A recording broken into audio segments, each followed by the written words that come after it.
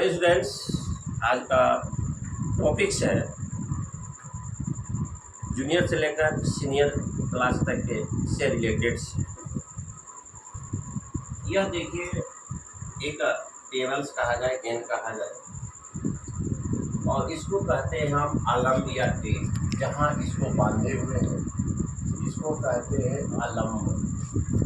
आलम्ब कहते हैं, इसको आलम्ब या हम लोग टेक कहते हैं, ठीक है। और ये जो आप गेंद देख रहे हैं, इसको मैंने टेबल्स मान लिया है, एक पत्थर का टुकड़ा छोटा सा मान। ये देखिए, यह किस पोजीशन में, एकदम स्टेशनरी में। यह ऑक्सीलेट क्यों करता है, इसके संदर्भ में मैं बताऊंगा। तो ऊपर में ये डोरी का जो तनाव बल लग रहा है उसको हम लोग कहते हैं क्रिया, और पृथ्वी ग्रेविटेशन फोर्स इस पर लगा रही है उसको कहते हैं हम लोग प्रतिक्रिया। क्रिया और प्रतिक्रिया, ये आपका हो गया F1, ये हो गया आपका F2। दोनों का डिफरेंस यहाँ पर है F1 माइनस F2 बराबर 0, इसलिए यह स्टेशनरी पोजीशन में। ये गेंद आपका है, ये पेंडुलम है, लेकिन इसको पेंडुलम हम कब कहेंगे? अगर इस ऊपर हल्का सा फोर्स लगाकर और फ्रीली वाइब्रेट करने के लिए छोड़ दिया जाए तभी इसको हम लोग पेंडुलम करते हैं। तो भाई, इसमें कौन सी ऊर्जा है?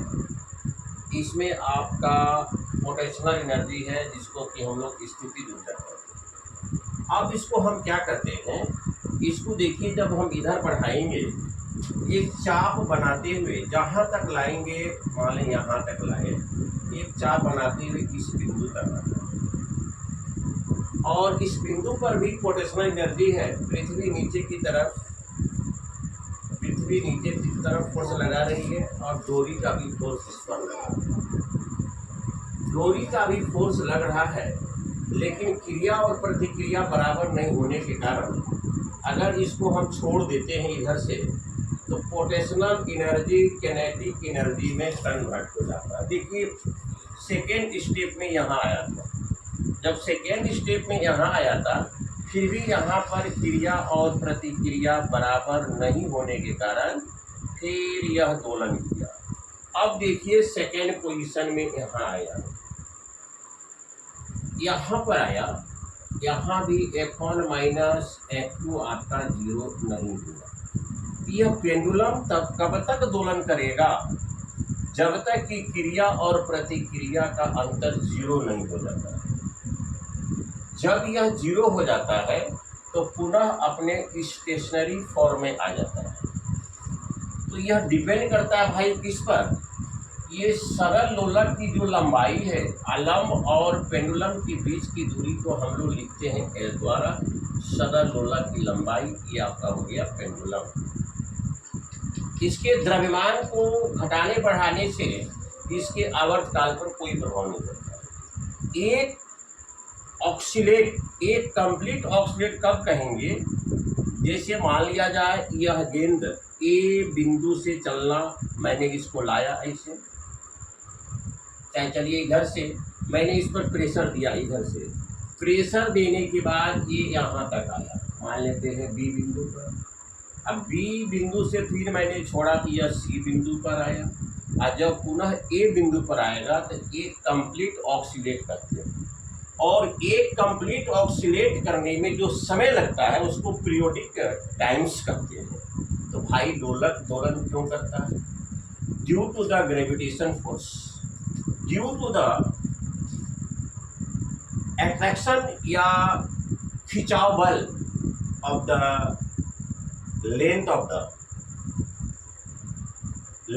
The pendulum. सरल लोलक की लंबाई पर, द्रव्यमान पर डिपेंड नहीं करता है।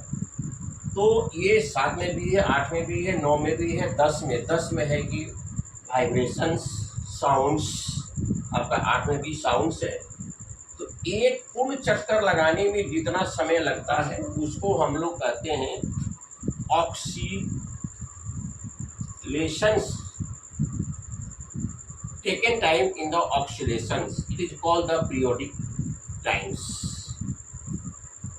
तो आज का हमारा एक्सपेरिमेंट यही रहा कि पेंडुलम दोलन। तो पेंडुलम भाई किसको कहते हैं? एक पेबल्स को डोरी से बांधकर किसी अलम से लटका दें, अगर वह स्वतंत्रता पूर्वक दोलन करता है तब इसको हम लोग पेंडुलम कहेंगे। यह वाइब्रेट करता है। वाइब्रेट भाई क्यों करता है? मैंने इस पर इस प्रकार से धक्का मारा, इसका पोटेंशियल एनर्जी किनेटिक एनर्जी में कन्वर्ट हो गया और किनेटिक एनर्जी का उपयोग ही दोलन करने में करता है। और पृथ्वी अट्रैक्शन फोर्स इधर डोरी का खिंचाव बल कंटिन्यूअस लगते रहता है। जहां पर दोनों बैलेंस फोर्स में आ जाएंगे वहां पर ये जीरो हो जाएगा। डियर स्टूडेंट्स, अभी वर्तमान समय में इस पर पोटेंशियल है, इस पर धक्का मारे पोटेंशियल किनेटिक में कन्वर्ट हो गया। वही किनेटिक एनर्जी क्या करता है? इस पेंडुलम को वाइब्रेट करता है। तो डियर स्टूडेंट्स, अगर हमारा ये एक्सपेरिमेंट्स तो खैर बेहतर है ही और आपकी निगाह में भी बेहतर होगा, जरूर मुझे प्रोत्साहित करेंगे। Thank you very much.